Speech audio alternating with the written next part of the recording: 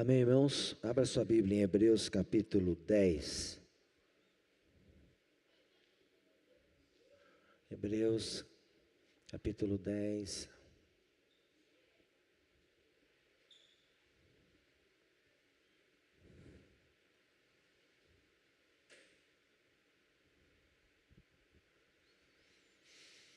Hebreus capítulo 10, a partir do verso 12.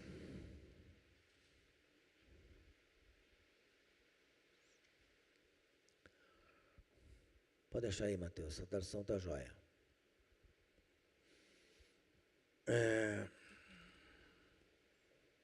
Eu gostaria que você prestasse atenção nesta leitura. Só a leitura, irmãos, já é uma edificação para a nossa vida, amém? E tem coisas que eu não vou pregar a respeito desse texto, mas eu aprendi com os meus professores no seminário que a leitura bíblica, ela é por si só uma mensagem.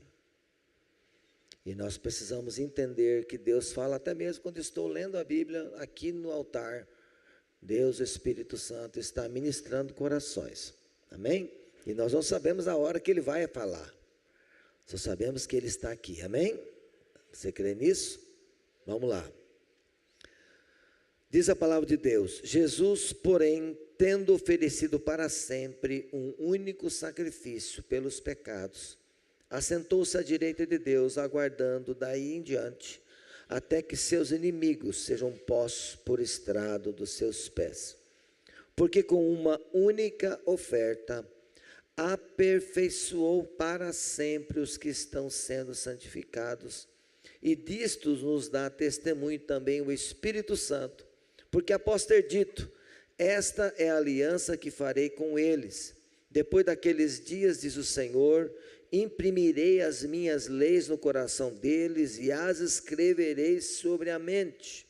E acrescenta: também dos seus pecados e das suas iniquidades jamais me lembrarei. Ora, onde há remissão de pecados, não existe mais necessidade de sacrifício pelo pecado. Portanto, meus irmãos, tendo ousadia para entrar no santuário pelo sangue de Jesus, pelo novo e vivo caminho que Ele nos abriu por meio do véu, isto é, pela sua carne, e tendo um grande sacerdote sobre a casa de Deus, aproximemo-nos com um coração sincero, em plena certeza de fé, tendo o coração purificado de má consciência e o corpo lavado com água pura. Guardemos firme a confissão da esperança, sem vacilar, pois quem fez a promessa é fiel. Cuidemos também de nos animar uns aos outros no amor e na prática de boas obras. Não deixemos de nos congregar, como é costume de alguns, pelo contrário, façamos demonstrações ainda mais agora que vocês veem que o dia se aproxima. Porque se continuarmos a pecar de propósito, depois de termos recebido o conhecimento da verdade, já não resta sacrifício pelos pecados. Pelo contrário, resta apenas uma terrível expectativa de juízo e fogo vingador, prestes a consumir os adversários. Quem tiver rejeitado a lei de Moisés, morre sem misericórdia, pelo depoimento de 2 ou 3 testemunhas. Imaginem quanto mais severo deve ser o castigo daquele que pisou o Filho de Deus, profanou o sangue da aliança com o qual foi santificado e insultou o Espírito da graça. Pois conhecemos aquele que disse: a mim pertence a vingança, eu retribuirei. E outra vez digo: o Senhor julgará o seu povo. Horrível coisa é cair nas mãos do Deus vivo. Pai, te louvamos pela tua palavra, porque ela por si só já é um alerta para o nosso coração. Entendemos que estamos vivendo tempos de insegurança, tempos, ó Deus, de adversidades, de preocupações, de medos, mas cremos, Pai, que o Senhor está no controle de tudo. O Senhor é o Rei das nações, a terra é estrado dos seus pés, e eu sei, Pai, que o Senhor está no controle de todas as nossas vidas e do Brasil, E pedimos ao Pai que o Senhor escreva em nós a tua vontade. Em nome de Jesus, faz em nós e através de nós a tua vontade, revela, edifica-nos, manifesta-te aqui, ó Deus, queremos ministrar a tua palavra, é a nossa oração, Pai, em nome de Jesus. Amém?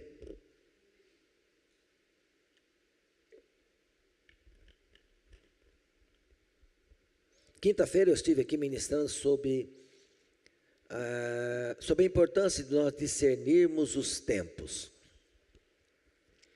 Que tempo é este? O que Deus espera de nós?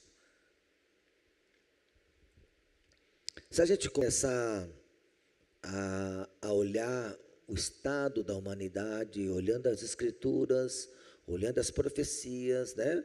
Para quem não sabe, Jesus profetizou em Mateus 24, né? 25, 26, né? O sermão profético 24, 25, acho que 2 capítulos aproximadamente, é chamado sermão profético. Ele anunciou ali algumas coisas que precederiam a sua volta.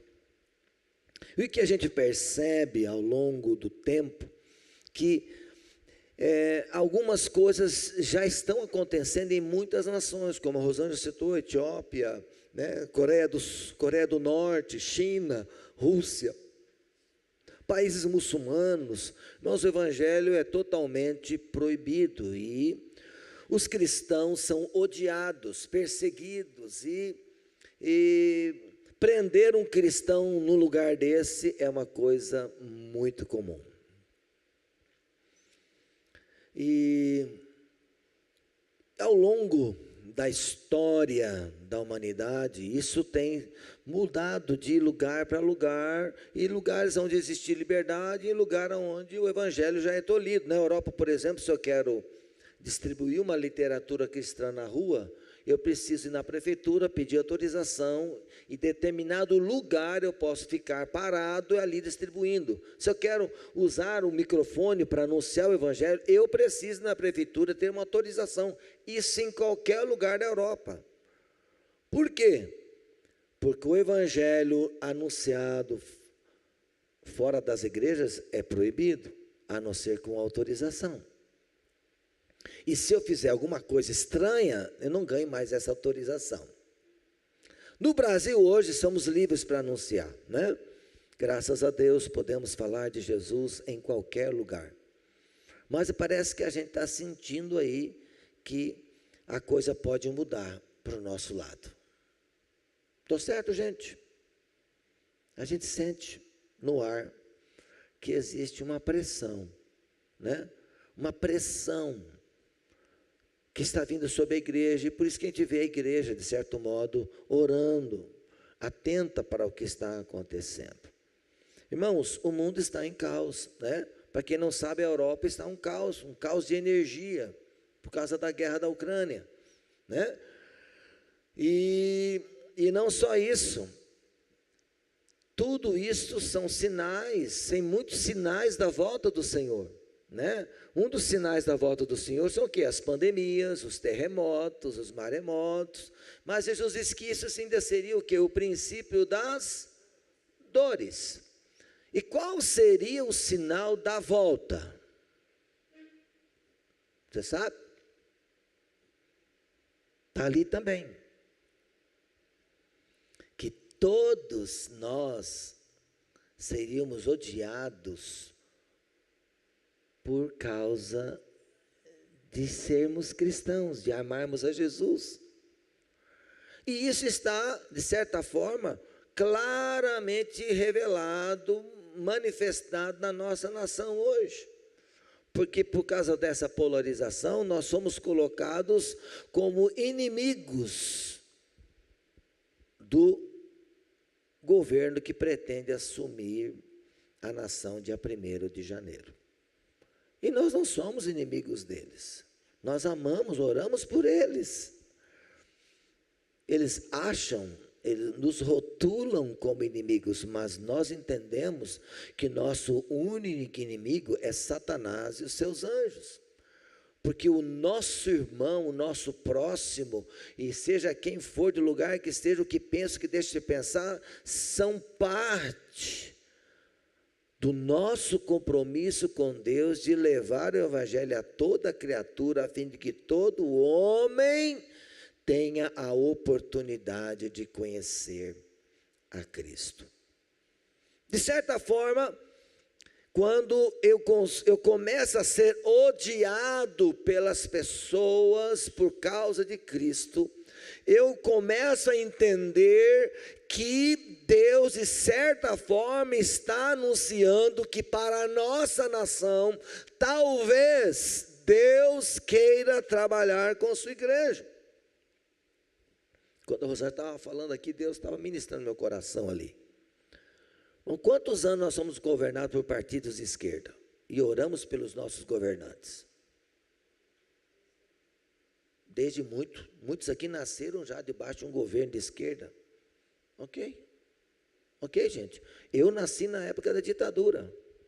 Aliás, no ano da Revolução, eu nasci, né? E eu convivi numa época que era proibido falar do governo. Por quê? Se falasse mal do governo, você corria risco, porque havia uma pressão muito grande para que não se falasse do governo. Eu me lembro meu pai falando, não fala mal do governo. Era um silêncio, ninguém falava nada.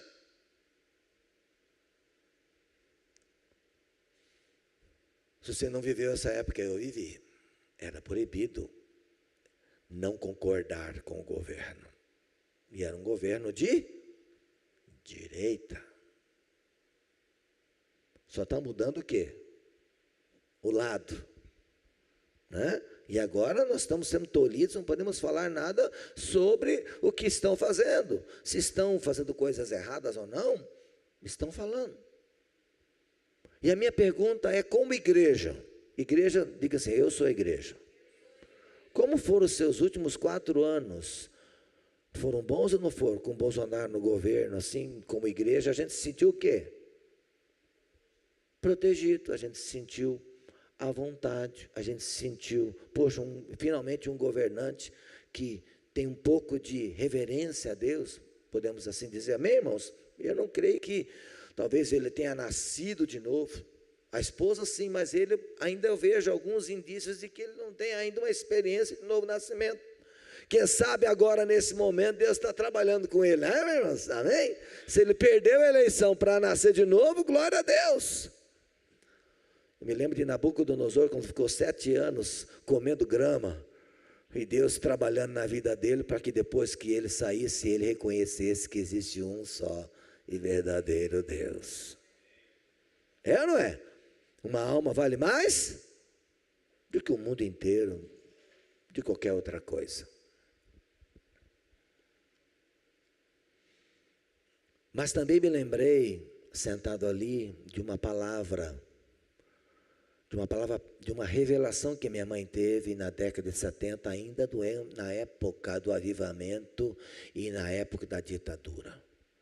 E quando minha mãe entregou nos encontros de avivamento, as pessoas falavam, isso é impossível acontecer.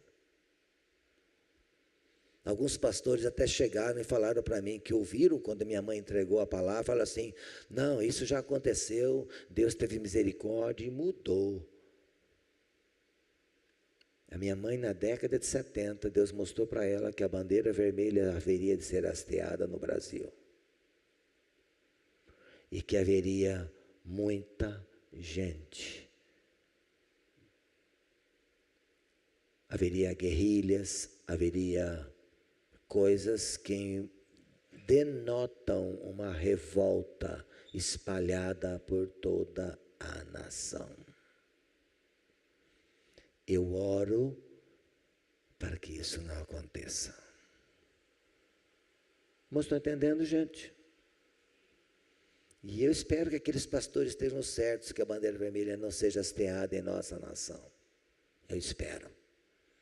Mas eu era garoto e eu ouvi.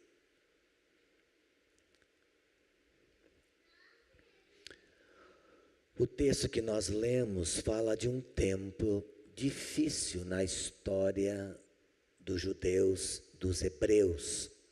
Vocês estão comigo, gente? Amém? Presta atenção agora. Que tempo foi escrito o livro dos Hebreus? Provavelmente depois da queda de Jerusalém. Bem possível que foi depois da queda de Jerusalém. Ele não faz citação nenhuma, mas o que se percebe no livro é que o povo de Deus está sobre uma extrema perseguição do Império Romano. Para quem não sabe, Jerusalém foi destruída e todos os judeus que estavam na cidade foram mortos, e todo judeu no Império Romano era considerado como inimigo. Para quem não sabe, muitos judeus foram expulsos de Roma devido à situação que estava acontecendo lá na Judéia. E o cristianismo oriundo de um judeu, amém, gente? Foi considerado uma religião contrária ao império. E não muito interessante, Satanás conseguiu fazer com o Império Romano não só perseguisse os judeus, mas também colocasse na lista os cristãos. E muitos dos nossos irmãos naquela época estavam desanimados, com medo. Olharam para o templo tinha sido destruído pela segunda vez, e nós acabamos de ler aqui que pelo sacrifício de Jesus não haveria mais necessidade de sacrifício. Do que ele está falando? Que o templo não era mais necessário para esse novo templo. E o povo daquela época, os hebreus, principalmente os judeus, que estavam sendo extremamente perseguidos e mortos, estavam sem forças, enfraquecendo na fé. E o escritor aos Hebreus traz uma palavra de ânimo, uma palavra de exortação, dizendo: gente, a coisa não termina aqui, a coisa está debaixo do controle de Deus. Nós precisamos entender que nesse tempo Deus continua fazendo, continua realizando, e nós temos uma responsabilidade como cidadãos do reino de Deus. Temos responsabilidades. Ele cita aqui, se você olhar no livro de Hebreus, lá no capítulo, se não me engano, no capítulo 7 ou 8, capítulo 8, ele cita novamente a promessa de uma nova aliança, que foi feita a Jeremias, no caos de Jerusalém, cercada pelos babilônios, um pouquinho antes de destruir o primeiro templo. Lá estava Jeremias dizendo: Deus falou que vai ter uma nova aliança, e ele escreve para os judeus da Babilônia, para que esperem esta nova aliança, porque a primeira foi quebrada, e Deus em Cristo Jesus estabelece uma nova aliança que não está prisioneira a Jerusalém, não está prisioneira ao templo, está prisioneira aonde? Ao meu compromisso como cidadão do reino de Deus. E eu olhando para os 4 anos que passou, gente, eu digo assim, eu faço uma pergunta que eu me faço, eu gostaria que você respondesse ela: como foi esses 4 anos? Você honrou o Senhor com o compromisso que você tem como cidadão do reino de Deus? Você honrou seu compromisso? Você fez tudo o que podia ser feito? Ou a gente tem um sentimento de que a gente não aproveitou o tempo que Deus nos deu?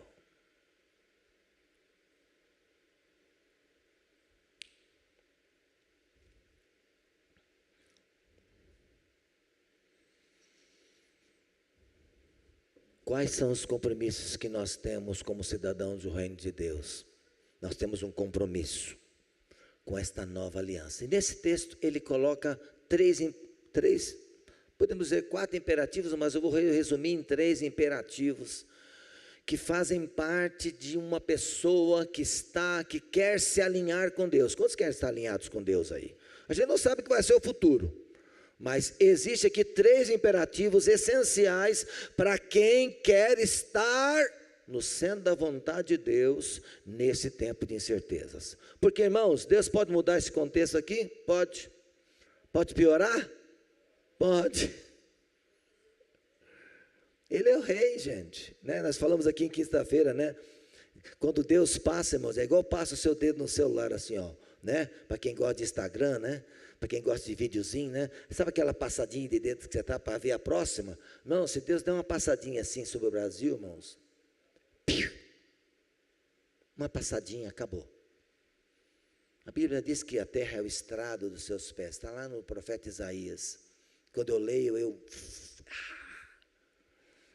porque, irmãos, o que é o homem para Deus? O que é uma presidência de um país? O que é, irmãos, isso para Deus? O que importa para Deus? Sabe o que importa para Deus? Sabe o que importa para Deus? Que Bolsonaro tivesse ganho? Não. O que importa para Deus é como o seu coração está. Como está o seu compromisso como cidadão do reino de Deus? O que você tem feito e deixado de fazer pelo reino? Muitos de nós, igreja do Senhor espalhada no Brasil, será que a igreja está cumprindo seu papel como guerreiros e os cidadãos do reino de Deus? O que você acha?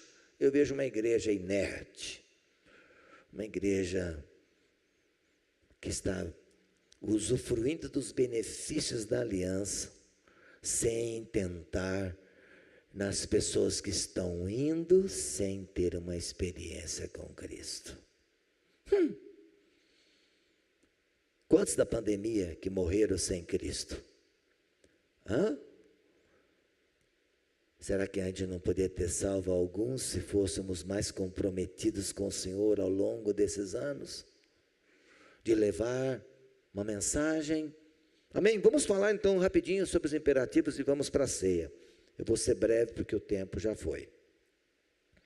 Queria falar mais, mas falarei menos. Primeiro imperativo, verso 22. Aproximemo-nos com um coração sincero, em plena certeza de fé.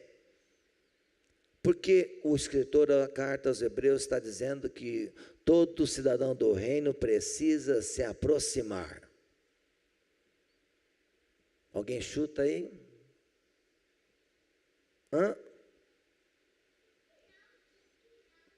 Por que devemos nos aproximar? Por que uma pessoa tem que se aproximar de Deus? Porque está longe. Irmãos, como Deus diz, nunca viu a igreja orando tanto, então valeu, está funcionando. Se não orava com o cara lá, vai orar agora com o cara não estando lá, com a perseguição, com o problema, com um monte de situação. Se é esse o caminho que nós queremos, é o único caminho para nós nos aproximarmos de Deus, então aguenta o que vem aí. Pastor, mas uai! É isso que eu estou discernindo desse tempo. Pastor, mas e aqueles que estavam orando, buscando, fazendo a parte dele? Amém, vai junto. Quando a Babilônia conquistou Jerusalém, havia pessoas honestas, pessoas sérias, pessoas que amavam a Deus. E foram o quê? Morreram junto. Alguns sobreviveram, mas uma grande turma morreu lá. Fiéis ao Senhor morreram porque foram juntos. Por causa de quem? Por causa daqueles que Deus ama, porque Deus ama só os fiéis? Não!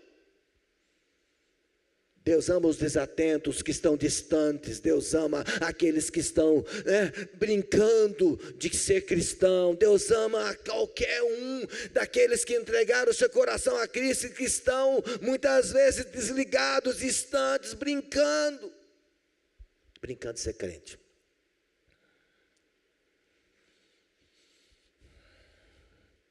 Faça as perguntas para você.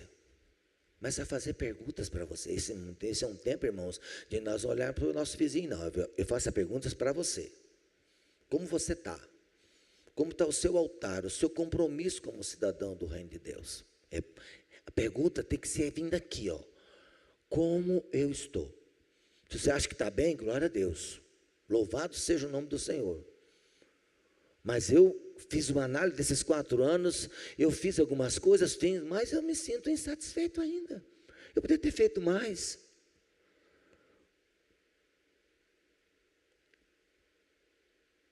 E agora? Agora vamos entender. Primeiro, aproximemo-nos. Aproximemo-nos. Tiago diz: achegai-vos a Deus e Ele chegará a vós outros. Irmãos, a iniciativa de Deus para salvar você, Ele tomou a iniciativa. Ele tomou a iniciativa de enviar o seu filho para que você fosse perdoado, e é assim que funciona a nova aliança. Mas o processo de santificação, ele também faz com que eu entenda que a minha parte também, a minha vontade precisa estar envolvida.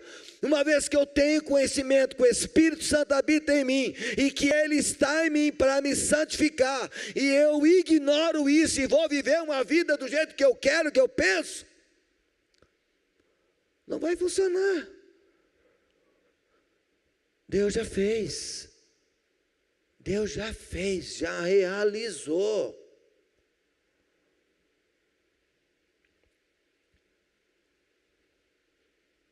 Eu gosto muito da parte do verso, quer ver aqui, verso 19, coloca lá para mim, olha aqui, presta atenção. Portanto, meus irmãos, tendo ousadia para entrar no santuário, o que o autor está dizendo? Gente, é tempo de um relacionamento profundo com Deus. Tendo ousadia ou intrepidez para entrar no santuário pelo sangue de Jesus, verso 20, pelo novo e vivo caminho que Ele nos abriu por meio do véu, isto é, pela sua carne, e tendo um grande sacerdote sobre a casa de Deus. O que ele está falando aí? Ele está falando que o caminho está aberto, a porta está aberta, o acesso está liberado. Deus fez tudo o que Ele precisava fazer para que eu pudesse chegar lá e tivesse comunhão, intimidade, um relacionamento profundo com Ele.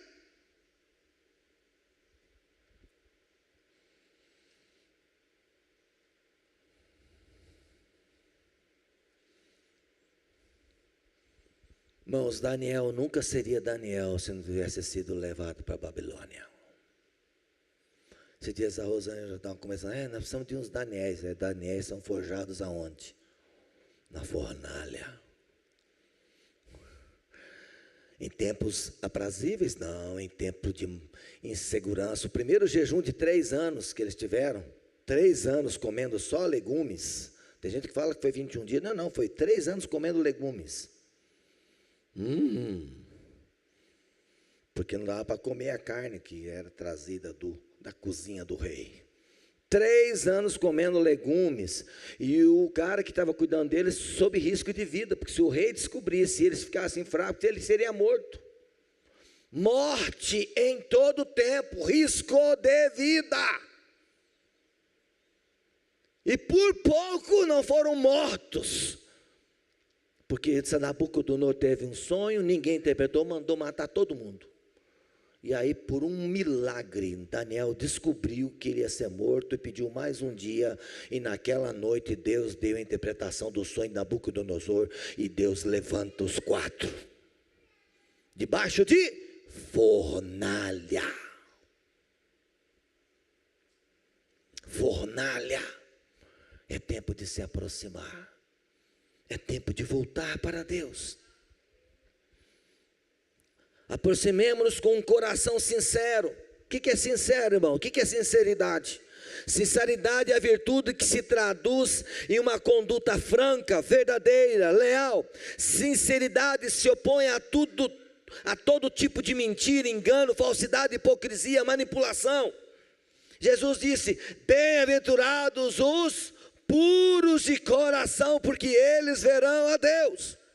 Será que a igreja do Senhor Jesus, os que foram salvos, estão prontos para ver o Senhor? Tenho minhas dúvidas. E aí Deus vai trabalhar por aqueles que ainda não estão como Ele queria que estivesse. Vai trabalhar. Deus conhece nossas iniquidades, nossos pensamentos, nossas mentiras. Deus conhece até a nossa falsidade, nossa hipocrisia. Se queremos aproximar de Deus, precisamos ser autênticos com Ele. E outra, não para aí, precisamos ser sinceros também no que diz respeito ao nosso próximo. Quem é nosso próximo? Meu irmão, o irmão nordestino, que muitos falaram aí, tal, qualquer irmão, principalmente os da casa aqui. Pastor, mas o que o senhor está querendo dizer? Por quê? Quais são os mandamentos? Amarás o Senhor teu Deus de todo o coração e ao teu próximo como a si mesmo. Irmãos, a minha sinceridade para me aproximar de Deus está intimamente ligada com a minha relação com os meus irmãos. Se eu não estou sendo honesto com meu irmão, se eu penso algo que não condiz a respeito do meu irmão, não existe aproximação com relação a Deus. Não existe, não somos puros também com meu irmão, sinceros, honestos. Também não existe intimidade, comunhão e outro. Quanta picuinha no meio do povo de Deus, misericórdia. Quanta picuinha, qualquer coisinha. Irmãos, não gosto daquele ali, não gosto daquele lá tem aquele defeito. Irmãos, aqui é meu lugar de doente. Se você não é o doente, eu pedi para Deus já te, sabe o que? A igreja hoje é uma comunidade de doentes que odeia os doentes. Nós temos essa capacidade de ver a doença do outro e de conseguir a sua. Como disse Jesus, tirar a argueira do outro e não estou vendo a trave que está no meu. Essa é a igreja de hoje que Deus está dizendo, basta. Ou você começa a se enxergar, ou a coisa vai esquentar para você também. Isso eu estou dizendo para mim, tá, irmãos? Vai esquentar para mim também. Porque eu estou correndo para lá. Comecei já estava bom, mas acho que é melhor aquecer. É tempo de se aproximar.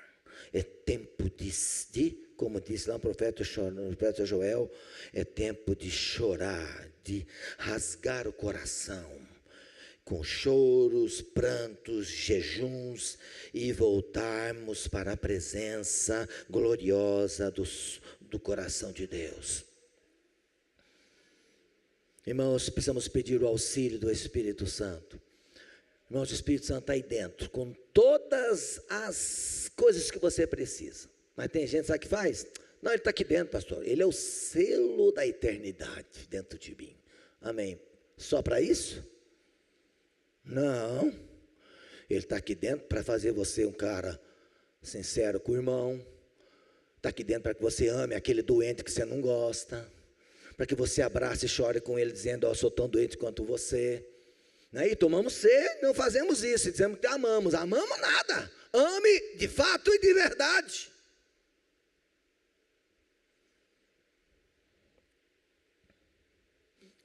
Somente o Espírito Santo nos dá convicção das nossas mentiras e hipocrisias.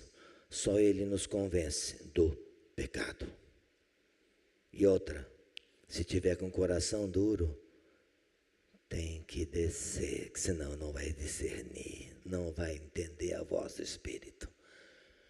E hoje você tem uma coisa que a igreja tem perdido, é a sensibilidade espiritual, não percebe mais o que o Espírito está dizendo. E aí Deus vem, tira o tapetinho nosso. E agora, o que vai ser? Não sei qual o caminho. Eu particularmente gostaria que Deus não deixasse que essa bandeira vermelha fosse estabelecida. Eu de coração, porque muita gente inocente vai morrer, muitos vão partir para a eternidade sem Deus, muitos. Porque muita gente que está pulando e saltando de raiva aí, não encontrou a Cristo. E nós temos a missão de levar a tempo para essas pessoas. Eu já estou pegando alguns, estão revoltados, e essa é uma boa hora para evangelizar. Quando as pessoas vierem trazendo o seu descontentamento, você fala, vamos mudar um pouquinho o assunto. Você está preocupado com aqui, eu estou preocupado com você lá. Você está pronto para estar lá? Porque desse jeito você pode morrer sem não ir para lá, você vai para um lugar mais quentinho ainda, né? Se a perseguição é ruim, acho que o inferno é um pouquinho pior, gente, não é? Estou falando de eternidade.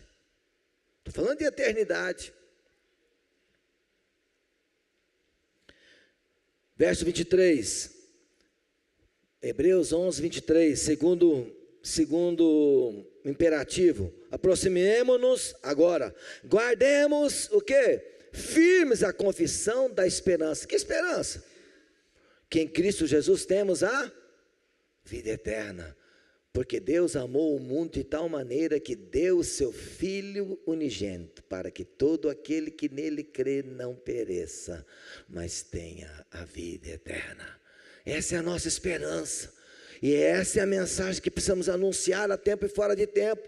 Irmãos, quantas pessoas você ganhou para Jesus nesses 4 anos de liberdade religiosa? Não precisa responder, pastor, isso é papel para pastor. Amém, você fala isso com Jesus quando você chegar lá em cima, fala para ele, não é seu compromisso, discute com ele lá, na hora que ele quiser mandar você para o lugar quentinho, fala, não, mas é aí,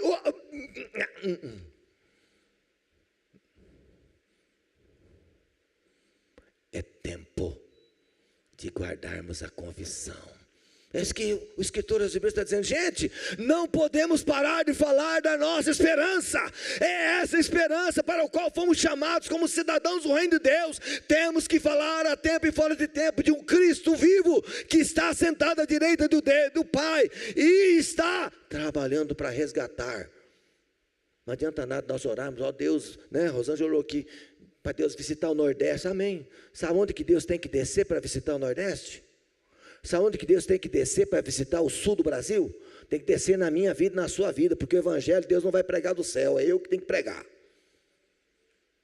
Eu que tenho que anunciar, que ser louco para falar, e agora correndo o risco de ser preso. O louco agora tem que ser eu. Antes estávamos livres, agora podemos ser tolhidos. Nem por isso vamos deixar de continuar a falar, aproveitando as oportunidades, porque o tempo urge, né? Aqui ele fala aqui, né, no verso seguinte, né? Vamos lá para a terceira, nosso tempo já foi. Qual o terceiro imperativo? Cuidemos também de nos animar uns aos outros no... Amém? Como? Nos animar uns aos outros no amor. Meu irmão, ame o seu irmão, aquele que você não gosta, ame, perdoe, reconcilie, tenha um relacionamento puro com os seus irmãos. Por quê, irmãos? Porque a única razão, a Bíblia diz que quando a igreja se tornar um com o Pai e o Filho, o mundo vai ver que Jesus foi enviado ao mundo. A única esperança do mundo, está lá em Evangelho de João capítulo 17, a única esperança do mundo ver o Senhor é o amor que temos uns pelos outros, não porque somos perfeitos, mas porque aprendemos a conviver com as diferenças, com as fraquezas, com as limitações, crendo que o Espírito Santo que começou a obra, Ele vai fazer, Ele vai terminar. Tem gente que aqui quer ser Deus, não, tem que mudar já, não, vai mudar no tempo de Deus. Deus é o Senhor, Ele muda no tempo dEle, a glória é dEle, o louvor é dEle, e eu tenho que fazer, ter paciência. E é fácil ter paciência? Não. Enquanto Deus não muda o sermão, Deus está mudando quem? Eu. Né? Eu sempre digo que os filhos são dados para os pais, para quê? Para Deus trabalhar com quem? Com os pais. Filho trabalha com o pai, sim ou não? Deus usa os filhos, sim ou não? Usa. E como usa? Para a gente ter paciência, para a gente ter o quê? Sabedoria. Não é fácil, não é fácil. Temos que estimular nossos irmãos às obras, ao amor. E por fim, Não deixemos de nos congregar, como é costume de alguns. Antes façamos admoestações, ainda mais agora que vocês veem que o dia se aproxima. Esse versículo é o versículo que os estudiosos afirmam. Foi aqui que eles embasam. O dia se aproxima por quê? Porque as palavras de Jesus estavam se cumprindo. Que Jesus falou que não ia ficar pedra sobre pedra sobre Jerusalém. Então Jerusalém havia sido destruída. Então eles estavam na expectativa da volta do Senhor naqueles dias. Perseguição era terrível, todos eram odiados por causa do Senhor. Jerusalém destruído, pedra sobre pedras, pensaram, é o fim, Jesus está voltando.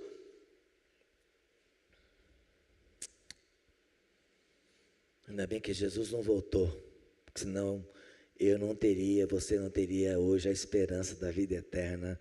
Então Deus não voltou lá, Ele quis que você nascesse, que você ouvisse o Evangelho, que você o conhecesse, se tornasse um cidadão do reino de Deus, não por mérito nosso, mas pelos méritos da cruz, do sangue da nova aliança, do pão partido. E agora Ele convida, venha para a minha presença. Irmãos, quando nós deixamos de congregar, nós estamos perdendo a oportunidade de estar com os irmãos, com quem nós podemos crescer. Irmãos, só estar aqui é uma escola. Aqui, nós estamos ensaiando aqui, que é uma escola de humildade. Ela não é, Valquíria? Se não tiver humildade, espirra. Quantos que já não estão aqui, que foram? Infelizmente, queria que estivessem aqui, mas aqui é uma escola. Qualquer área da igreja que você atua é uma escola de humildade. Lá no trabalho, ou não é uma escola de humildade? As pessoas falam o que querem para a gente tem que engolir. Quem tem engolido seco aí durante a semana? Vamos lá, tem gente engolindo aí? Por quê? Porque entendemos que Deus está o quê? Usando as pessoas à nossa volta para trabalhar, sejam do irmão, sejam ímpios. Mas você prefere crescer com o amor do seu irmão ou através de um ímpio? O que você prefere? Que o tratamento venha com os irmãos, porque sou amado. Não é? É muito melhor ser amado aqui do que ser tratado lá fora. E a igreja que não quer crescer aqui em comunhão, vai ter que aprender a crescer sem comunhão.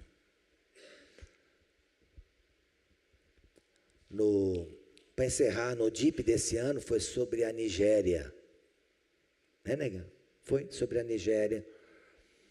E, irmãos, a coisa mais preciosa para um nigeriano, sabe o que é? Sabe o que é? A coisa mais preciosa como cidadão do reino de Deus é quando ele consegue saber que vai ter uma reunião secreta e eles podem se reunir e celebrar Jesus. Esse é o dia mais especial para eles. E eles não entendem porque nos países livres as pessoas estão perdendo o desejo de estar com os irmãos. O que é isso? Distanciamento do Senhor. Porque quando a gente está próximo de Deus, a gente que está perto daqueles que Ele também ama. Esse é o primeiro sinal. Pastor, mas pessoas que têm dificuldade de estar com os irmãos é porque estão precisando se aproximar de Deus. Que hora que se aproximar de Deus, vai querer se aproximar dos irmãos. Ele sente falta do abraço, do cheiro, do sorriso, da presença, do louvor que cada um faz, irmãos. O meu louvor é diferente do seu, cada um tem um louvor diferente. Cada um de nós temos um altar único de adoração a Deus. E quando nós nos reunimos, nós estamos fazendo aquilo que Deus gosta. A Bíblia diz que Deus habita no meio dos louvores. Por quê, irmãos? Porque são vários altares sendo levantados pelo Espírito Santo para adorar o Deus bendito. Coloque-se de pé. Amém?